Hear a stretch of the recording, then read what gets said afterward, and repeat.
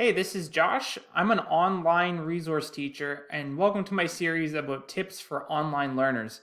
Today, we're going to be talking about online classes and online class etiquette. So, why online classes are important. So, with a lot of online programs, you're learning your course content mostly from a website, and this could also be accompanied with videos or readings. But when you're engaging in an online class, you're actually learning directly from a teacher. And with this, you can also ask questions directly and get immediate feedback to your questions. And it also gives you a chance to meet other students and maybe even make a friend or two. In a regular face to face school, you're automatically making friendships with people, having interactions with other students, might even make a few enemies. But when you're in an online setting, you actually have to get out of your way and attend these classes. Some are optional, some are mandatory. But either way, you should be attending these as it'll give you a chance to learn in a bit of a different way while working online. So why online class etiquette is important, or why your behavior in online classes are important. So online class etiquette, it helps your teacher run the class as smoothly as possible. That's really, really important. You don't want the teacher having to stop every 30 seconds to address somebody who isn't behaving properly or have themselves unmuted or whatever. And I'm going to talk a bit more about that later as well. Having good class etiquette will help benefit yourself as well as your classmates in staying engaged in the class and staying focused in the class. And it also helps you possibly build some positive relationships with your classmates and your teachers. So optional online classes and clubs. So some online schools like mine, the classes are pretty much optional, which means you can attend if you want to. Now, to some people, that might sound pretty sweet. You don't have to go to class, but going to online classes is still very, very important. Like I said, it's a chance for you to meet some other students. It gives you a chance to meet some teachers as well. And being able to socialize while working in an online environment is very, very important.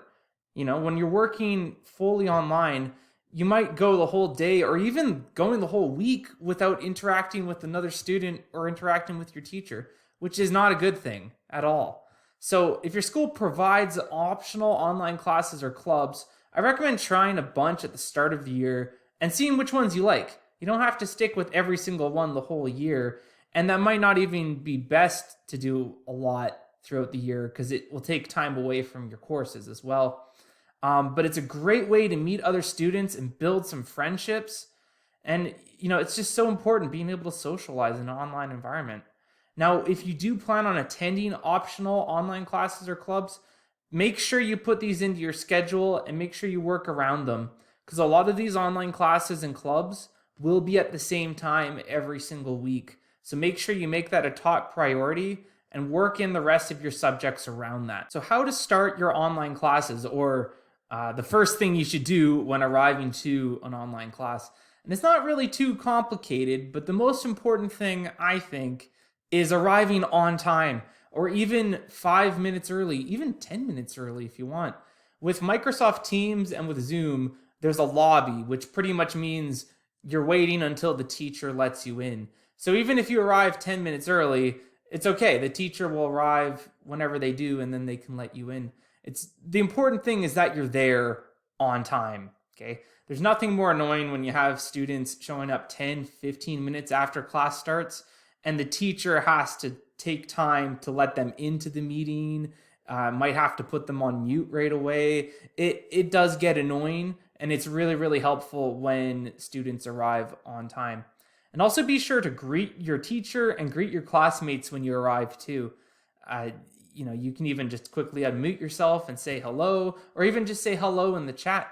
And I'm going to be talking about muting and unmuting yourself and using the chat shortly. Keeping your camera on. So this is very important. And from personal experience, I've had classes where I've had maybe 20 students attend and only 2 or 3 of them have their camera on. And this might not seem like a big deal, but I'm not going to lie, and it's a little tough to explain, but it's kind of awkward. And it really takes away from that class community as well if everyone's just hidden. It's definitely weird, and I can't really explain why. It's just weird. So though it might be intimidating at first, Keeping your camera on will help you stay engaged in the class because when you think about it, you're less likely to show that you're distracted when you have your camera on. You're probably not going to play around on your phone or anything if your camera's on, right? Which is a good thing. You don't want to be distracted. And it'll also let your teacher and your classmates get to know you a bit better. They'll know that there's a person on the other side of that computer screen. And it will really help build a sense of community in your online class. So when to keep your camera off. So first of all, I want to make sure this is clear. Everybody has those days where you just don't want to be on camera. I totally understand. I can even give you a recent example. I'm currently doing a grad studies course where I am a student. And the other day I was having an allergy attack. And every 30 seconds to a minute, I was blowing my nose or wiping, I guess, the tears out of my eyes or sneezing. I was pretty gross. And I kept my camera off for about 45 minutes to an hour. And I think that was a really good idea because you don't want your classmates seeing all of that. I wasn't a pretty sight in the moment. And that's okay. It's okay to have those off days. But it doesn't hurt to communicate this with your teacher as well. Let them know, hey, don't really feel like being on camera today. Totally understandable. Now, if you have a really distracting environment around you, like if you have a younger sibling who's running around or whatever, you might also want to keep your camera off too. You don't want to have your camera on if you're eating or if you're moving around a lot, because this can be distracting for your classmates. And when you do have your camera on, please avoid being silly or being gross, because everyone can see you. And there's some things that people just don't want to see. So this is probably the most common issue that I see as an online teacher. Keeping yourself on mute or keeping yourself unmuted, which means your microphone is on and everyone can hear everything you're saying or doing. And sometimes they can even hear you like breathing. Background noise really builds up and it's really distracting too. Trust me, this is something I see all the time. And it's definitely distracting for everybody. So if you're not talking or if you have nothing to say, keep yourself on mute all the time. There's nothing wrong with that. And it's one little thing you can do that goes a long way. Again, even the smallest bits of noise can be distracting. And don't take it personally if your teacher puts you on mute, okay? Everybody forgets to mute themselves sometimes. It happens. And if your teacher does put you on mute, please don't unmute yourself right away. And please don't take it personally. They're just trying to keep things nice and quiet and helping everybody stay focused. So when to unmute yourself. So if you raise your hand, and I'm going to talk about that in a second too, and your teacher calls on you or you have permission to speak, you can unmute yourself. Now, every teacher has different expectations with this. I like my students to raise their hand first and wait for me to call on them. But some teachers are okay with you just unmuting yourself and saying what you have to say in the moment. So make sure you know your teacher's expectations for that. And when you are unmuted, be respectful and use respectful language. And please don't interrupt anybody as well. So like I just said, raising your hand as well as using reactions. I'll talk about that in a second too.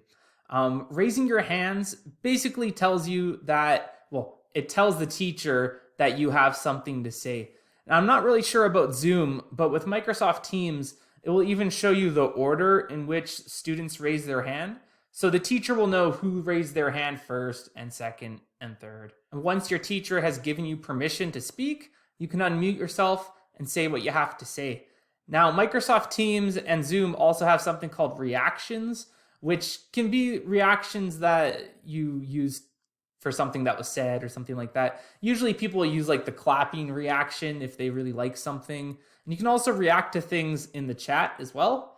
So that's a function you can use if you want. It's not really that common, but it can be a nice thing. Just make sure your reactions are respectful. So using the chat is an excellent tool, and I really encourage all online students to be making use of it, because what the chat does is it allows you to have conversations with other students and even the teacher that doesn't disrupt the conversation or doesn't disrupt the lesson. So you can still have these conversations without unmuting yourself or anything like that. It also provides an opportunity for quick responses to questions too. So if a teacher asks a question, you can just leave your response in the chat, and that way you don't have to wait for a bunch of people to raise their hand and unmute themselves or whatever. Of course, when using the chat, make sure your language is appropriate, and also make sure what you're talking about is somewhat relevant to the class content. And I only say somewhat because I understand that small, silly conversations happen sometimes. And I understand that's part of building friendships and building relationships with your classmates. But if you're in a math class and you spend 5-10 minutes chatting about your dog, that's not really good, and it's distracting for your classmates and the teacher as well. If your teacher is having technical problems and they suddenly leave the meeting, now this hasn't happened to me yet, but I'm sure it will happen eventually. And it's okay if it does happen, but there are some things you can do to make sure it doesn't turn into like a panic situation. First of all, stay calm and stay in the meeting. Odds are, if your teacher randomly leaves because of their connection or whatever, they'll probably be back within a minute or two. Okay, so just stay calm, don't take off. They'll probably be back right away. Be a leader and keep the conversation relevant and appropriate, okay? You can be the one that's like, hey guys, let's keep it together. Maybe we can continue to talk about what we're learning about today. Consider quickly reaching out to your teacher and just making sure everything's cool. You can send them an instant message, or you can even drop them an email and just make sure everything's all right. That doesn't hurt as well. And after 10 or 15 minutes, then you might want to consider leaving the meeting, assuming something went wrong.